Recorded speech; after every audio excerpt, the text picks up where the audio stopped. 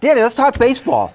Trading deadline, from the All-Star break to where we are now, 45 deals involving every team in the game. There's a lot to sort through. You could go a number of ways with this. And second wild card, I think that has an impact, obviously. Not only does that make September way more exciting, but it gets more teams in the mix. Now, there's a bunch of teams that have divisional races going on, especially in the National League.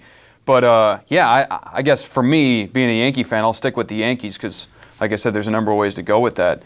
I think Cashman did a great job. I had talked last time I was on the show about how I was a little nervous going into this deadline knowing they needed a number 2 starter, and that wasn't necessarily out there.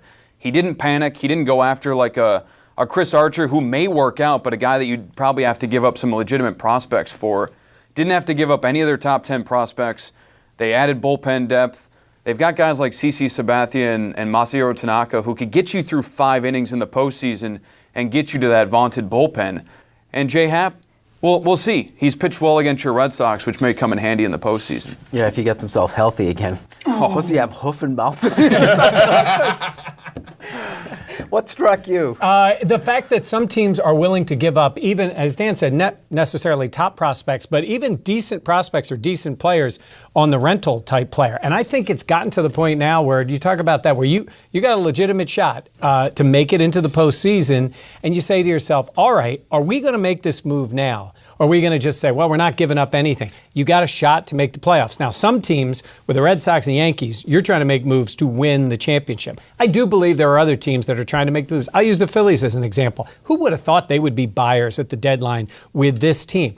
And they dipped their toe into it just enough, gave up a little bit, trying to be smart, but still also realizing that a guy like Wilson Ramos, he gets healthy, he can actually help them, and it might make the difference to make the playoffs or not, but still not sacrificing what they hope is a long-term future. Do anything for you? Yeah, it was shocking. I'm of the hockey world, right? So in the hockey world, at the trade deadline, if you're out of it, you're getting whatever you can for these guys. I'm shocked Bryce Harper didn't go anywhere. And I know that he's the face of your franchise, but you wasted Bryce Harper. You do not find, if you look up wasted player for franchise in definition, it's Bryce Harper. You're going to get nothing for him to walk away. Why would you not take something? And you cannot tell me that there aren't general managers in baseball that were willing to throw things at you, prospects and picks, to get this guy. So instead, you're going to sell tickets for the last 2 months of the season and let him go out and wave his hat around?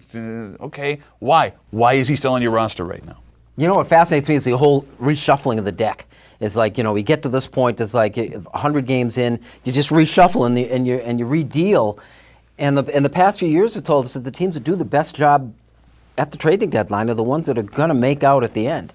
It seems to, because let's face it, we use rosters so much differently than they used to in baseball, especially the bullpen. I mean, sometimes you feel like the Yankees right now could just, have the starter go 2 innings and just keep pounding into that bullpen and use it. So even if it's a guy, you're not, in the old days, it was like, we're going to pick up a closer, maybe somebody we can get. Well, now it's our 7th inning versus right-handers guy. Yeah, exactly right. 3rd inning guy maybe that you bring in.